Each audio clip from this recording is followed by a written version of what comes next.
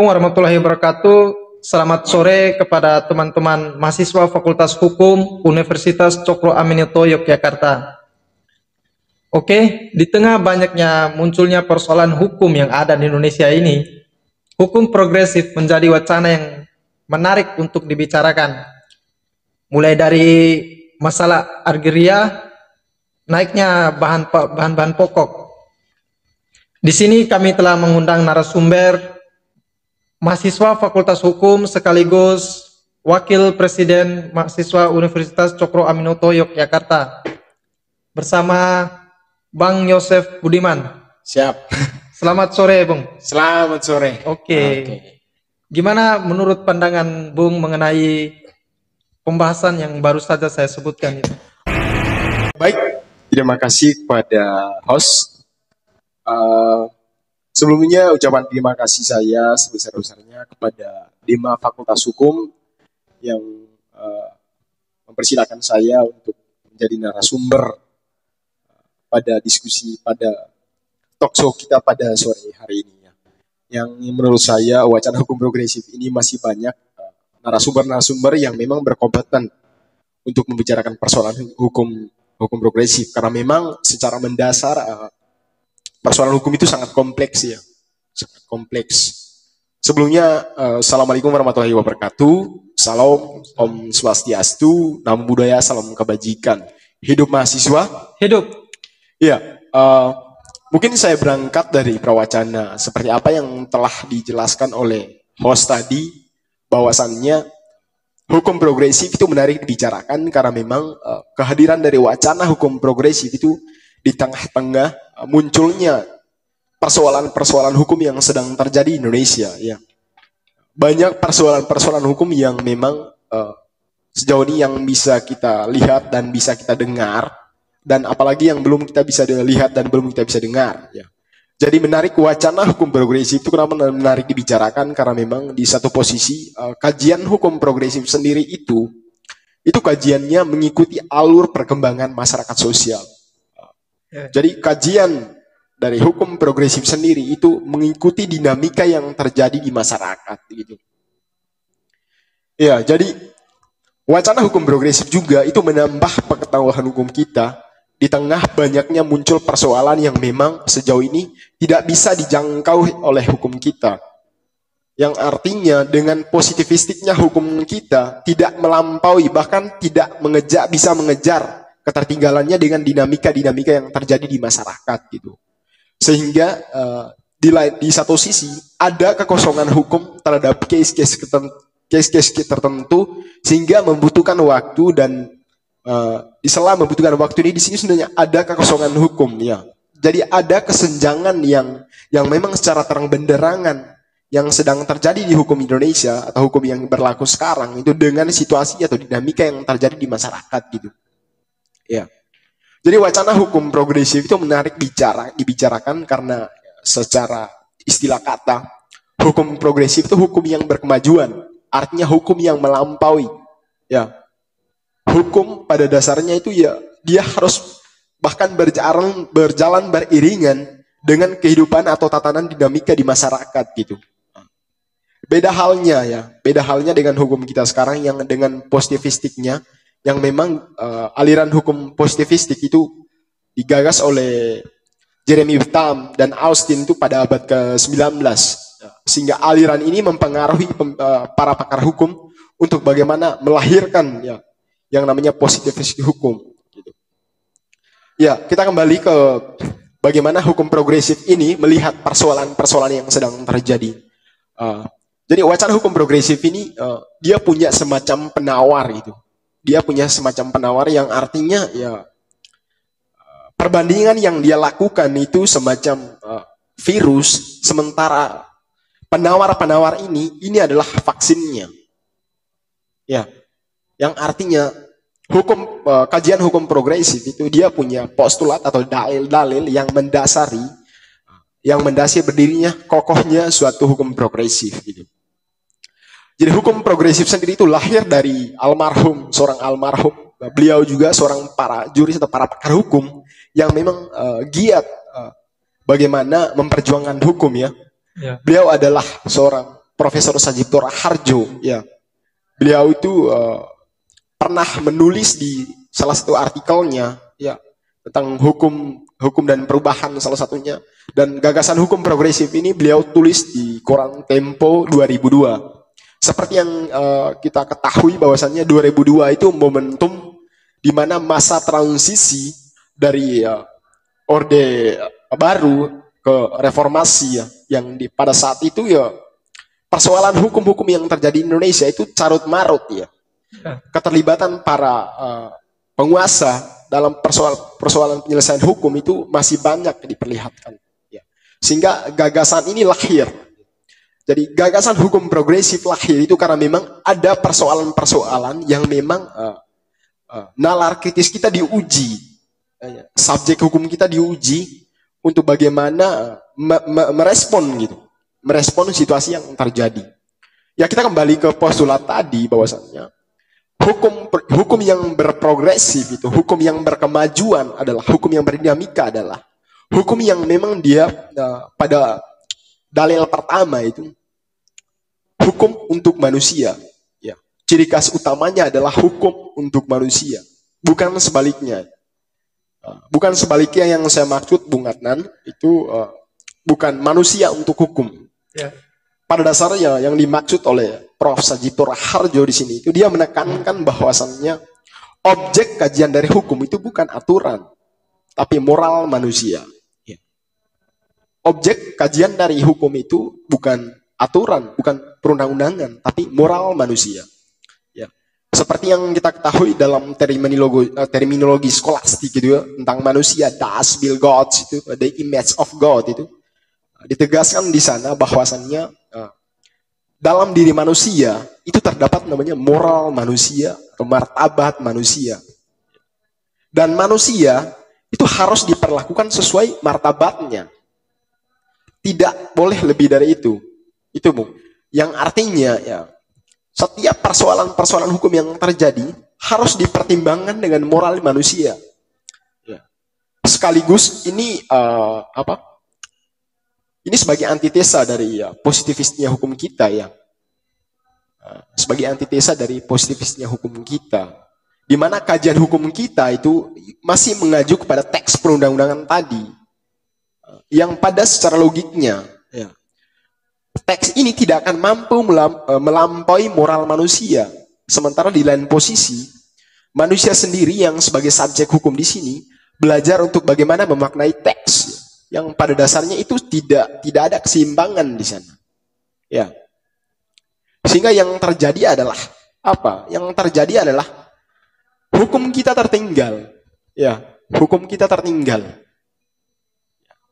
Banyak case-case yang terjadi itu karena memang adanya kekosongan hukum.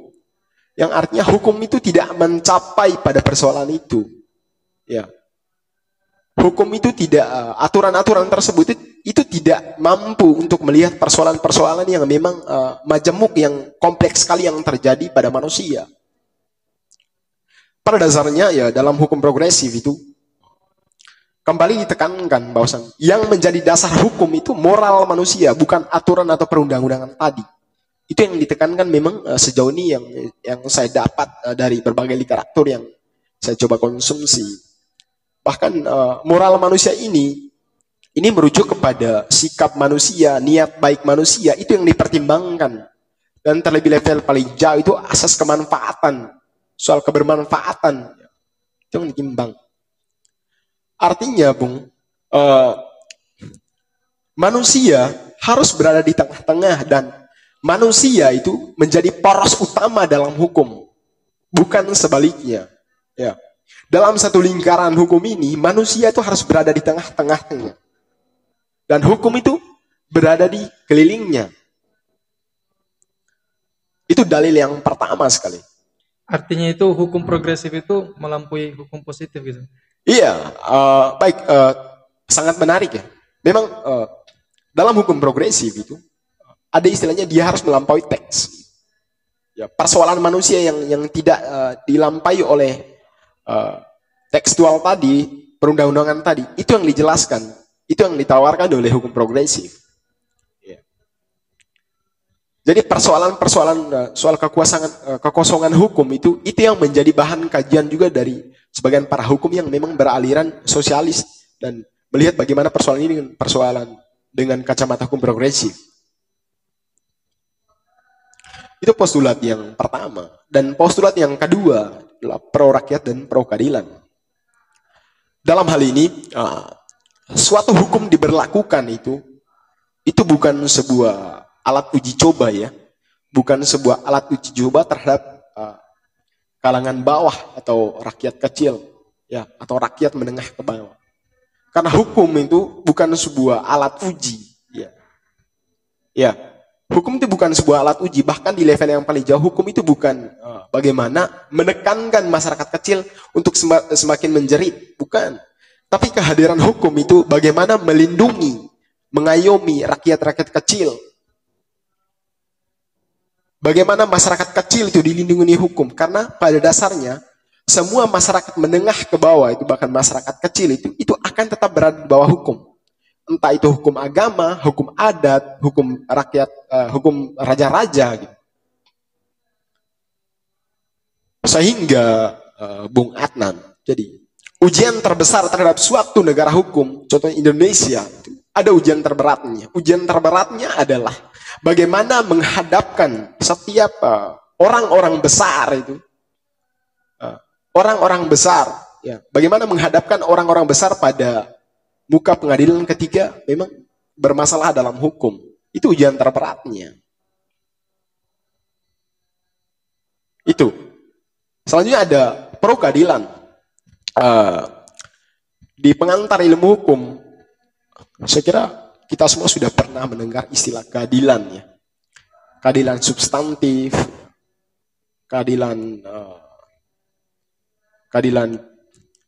rasional. Istilah-istilah itu lumrah di tengah memang sebagian mahasiswa, bahkan keseluruhan mahasiswa hukum ya, bahkan kalangan umum juga istilah lumrah mendengar istilah keadilan. Ya, maksudnya keadilan di sini adalah keadilan substantif, keadilan yang rasional gitu. Keadilan bukan terletak pada porsi, karena keadilan yang baik itu bukan pada subjektif ya. Karena adil buat saya pribadi itu belum tentu adil buat orang lain gitu. Ya. Tapi keadilan yang ditekankan di sini adalah keadilan rasional gitu. Keadilan yang memang rasional. Iya. Jadi hukum positif itu harus memang menempatkan keadilan rasional gitu. Karena merujuk pada istilah katanya gitu. Positif itu kan berasal dari bahasa Latin. Ponere positu, yang artinya menempatkan, ya, yang artinya menempatkan, memposisikan pas gitu. Jadi setiap aturan perundang-undangan yang dibuat itu, kebijakan yang dibuat itu harus bisa memposisikan bagaimana yang menjadi tujuan dari hukum itu adalah kepastian, kemanfaatan, keadilan. Gitu. Jadi itu Bung Adnan. Oke, baik, terima kasih. Penjelasannya menurut saya itu sangat jelas. Iya. Mungkin di sini saya ingin bertanya. Siap. Di sini mungkin Bang atau Bung Yosef ini menjelaskan hukum progresif itu secara umum. Iya. Maksudnya saya itu kita kembali kepada topik awal, yaitu mengenai masalah agraria dan naiknya bahan-bahan pokok gitu. Siap. Mungkin lebih dijelaskan atau lebih mengkonkretkan gitu. Iya. Ada salah satu undang-undang yang memang saya berapa bulan ini melihat bahwasannya ada istilahnya cacat material ya, yang karena memang substansi atau makna dari undang-undang ini tidak pada porsinya. Jadi bagi saya bentuk represifnya suatu hukum itu ketika hukum itu dikendalikan oleh segelintir penguasa gitu. Iya, artinya hukum itu ketika dia dikendalikan oleh kekuasaan gitu, ya, kekuasaan politik itu dia akan menjadi represif. Sehingga antara hukum dan penindasan itu sangat dekat, bahkan ada korelasi di sana. Ya. Jadi dalam Undang-Undang Nomor 4 Tahun 2009, Undang-Undang Minerba itu kan, pembaharuannya Undang-Undang Nomor 3 Tahun 2020, di pasal 162 ada beberapa poin yang memang sejauh ini maknanya itu bagaimana memposisikan sebagai pemilik tambang yang memiliki perizinan itu mengeruk keuntungan yang lebih banyak. Iya, di poin pertama, prosedur pelaporan ketika penolakan tambang itu yang sebelumnya pada Undang-Undang Nomor 4 Tahun 2009 itu bisa langsung ke Pemda, tapi mekanismenya dalam pembaruan Undang-Undang Nomor 3 Tahun 2020 diubah menjadi ke pusat. Bagi saya ini adalah suatu mekanisme yang memang secara konstruksi pemikiran disengaja gitu. Iya. Maka lahirlah hukum progresif. Iya, jadi gagasan hukum progresif ini memang coba dibicarakan kenapa menarik. Bagi saya sangat seksi sekali karena memang wacana yang ditarik adalah bagaimana hukum kita itu mengejar ketertinggalannya dengan dinamika-dinamika yang terjadi di masyarakat gitu. Jadi kajiannya seperti yang saya jelaskan tadi, kajian yang paling mendasarnya adalah bukan tentang perundang-undangan, tapi dinamika yang terjadi ada di dinamika politik, ekonomi, budaya, agama dan sebagainya lainnya. Ini menjadi dasar hukumnya. Karena dalam setiap aspek kehidupan ini ada manusia, ada human, ada subjek hukum, ya. Itu.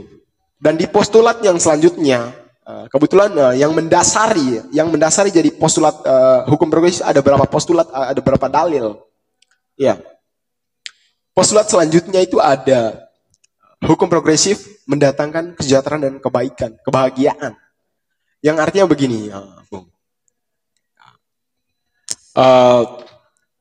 Hukum kita itu secara legal format itu dia gampang dimanipulatif. Ya. Gampang dimanipulatif. Mungkin secara simpel persoalan bagaimana pejabat-pejabat kita yang sudah disumpah, yang bagaimana secara simbol, secara historinya itu melibatkan Tuhan yang Maha Esa, tapi tetap melanggar sumpah. Di lain sisi masih banyak para koruptor yang memang sudah disumpah dan dia dipenjara. Jadi sangat disayangkan ya sistem hukum kita yang memang dengan format legalistiknya masih sering dimanipulatif. Dan saya langsung teringat ketika suatu pertanyaan yang dilontarkan oleh Aristotelian gitu terhadap Thomas Aquinas itu. Hukum akan menjadi hukum yang baik. Apa yang menjadikan hukum itu hukum? Iya. Apa yang menjadikan hukum itu hukum? Dan Thomas Aquinas tersenyum sambil menjawab. Jadi hukum akan menjadi hukum itu ketika hukum itu mendatangkan kebahagiaan dan kesejahteraan bagi masyarakatnya. Kembali lagi yang ditekankan di sini adalah masyarakat, yang artinya objek kajian hukumnya adalah manusia, bukan aturannya. Ya, objek kajiannya adalah manusia. Di sisi lain, postulat yang selanjutnya dalam hukum progresif, dia mengacu kepada hukum progresif, dia harus responsif. Dia harus sensitif terhadap perkembangan zaman. Hukum progresif itu dia harus menyeimbangkan antara dinamika yang terjadi di masyarakat dengan hukum. Yang artinya keberadaan hukum dan dinamika itu beriringan. Ya. Sehingga persoalan-persoalan kekosongan kehukuman itu bisa dihindari. Persoalan-persoalan kekosongan hukuman itu bisa dihindari. Dan ciri-ciri, ada 3 ciri utama ya hukum yang responsif itu. Yang pertama, dia bertujuan. Ya. Yang kedua, yang pertama, saya ralat. Yang pertama, dia berfungsi. Ya. Yang kedua, dia bertujuan. Yang ketiga, berkeadilan. Ya, dalam literatur Sudikno Martokusumo, sependek yang saya konsumsi literaturnya, dijelaskan bahwasannya hukum itu ibarat konsep. Hukum itu bukan sebuah motor yang ketika keluar dari pabrik itu langsung berjalan. Hukum tidak seperti itu. Artinya hukum dengan berbagai mekanismenya harus difungsikan dengan fungsi integrator, alat politik, fungsi simbol. Artinya keberfungsian hukum ini akan berdampak pada tujuan hukum. Yang mana, seperti yang kita ketahui sendiri, tujuan hukum itu ada 3. Ada kepastian, kemanfaatan, keadilan, rasio. Keadilan yang berasional. Kepastian kalau tidak ada kepastian hukum, undang-undang pajak itu pajak kalau tidak diundang-undangkan itu akan menjadi sebuah pemerasan, itu akan menjadi sebuah peristiwa pidana. Kemanfaatan ini kita bicara tentang manfaatnya bagi masyarakat banyak, ya. Pemberlakuannya harus secara skala nasional gitu. Selanjutnya tentang keadilan. Keadilan yang dimaksud bukan tentang keadilan subjektivitas, bukan juga tentang keadilan proporsional, tapi keadilan yang berasional. Itu. Selanjutnya berhukum niat baik, berkelakuan baik itu sebagai dasar hukum. Artinya begini, Bung. Seperti yang saya korek di beberapa menit terakhir, menit keberapa tadi itu ya, beberapa waktu yang lalu. Persoalan moral para penegak hukum kita itu di beberapa kesempatan itu memang menjadi keresahan bagi kita semua. Ya, persoalan bagaimana seorang politisi, hakim disuap itu kan persoalan yang memang menyiksa batin gitu ya. Ya, meninggalkan jejak luka di setiap praktisi hukum kan di kalangan masyarakat awam sekalipun. Dan sekira yang paling tersiksa tadi ini adalah masyarakat awam gitu. Bagaimana seorang penegak hukum yang dia percaya untuk menegakkan keadilan itu melakukan tindakan-tindakan yang memang di luar nalar gitu. Ya. Sehingga ya itu tadi, karena memang pada dasarnya pengangkatan orang-orang ini dalam tempat-tempat ini membutuhkan secara kapasitas dan kapabilitas orang ini mumpuni. Iya. Dan proses pengangkatan ini melalui sumpah dan melibatkan Tuhan. Ya. Berarti di situ tuh hukum itu tidak salah, cuman penerapannya gitu. Iya. Jadi moral manusia di sini dipertanyakan, ya. Jadi kenapa hukum progresif itu dia melibatkan berkelakuan baik sebagai berdasar hukum dalam hukum progresif, karena memang dia tarik wacananya dari berbagai persoalan hukum yang sedang terjadi di Indonesia. Gitu. Artinya setiap penegak hukum, entah hakim yang melakukan suap itu, yang menerima suap itu, dan para penegak hukum yang disumpah, yang bahkan yang sudah disumpah itu melakukan tindakan melawan hukum, ini akan meninggalkan sebuah luka ya, sebuah luka. Dan kembali lagi proses pengangkatan mereka dan penyumpahan mereka ini melalui mekanisme keagamaan dan melibatkan Tuhan. Jadi sangat disayangkan, sehingga wacana hukum progresif ini menarik bagi saya untuk dibicarakan karena sangat seksi. Iya. Yeah. Dan ada postulat terakhir gitu. Postulat terakhir ini jadi berhukum dengan nurani. Ya. Artinya semua pelaku hukum, subjek hukum, penegak hukum dan sebagainya itu harus berhukum dengan nurani. Bermodalitaskan kejujuran, integritas, ya, pengalaman, kapasitas, kapabilitas. Itu menggunakan nurani. Karena pada dasarnya tadi, dalam diri manusia, itu ada moral manusia. Ada moral manusia. Sekiranya manusia harus diperlakukan sesuai martabatnya masing-masing. Sebagai manusia. Iya, sebagai manusia. Jadi wacana hukum progresif juga sebagai antitesis dari hukum positivis kita, yang bagaimana pada dasarnya hukum positivis kita itu mementingkan peraturan-peraturan yang tertulis saja. ketika ada kekosongan hukum, di sanalah hukum kita dipertanyakan.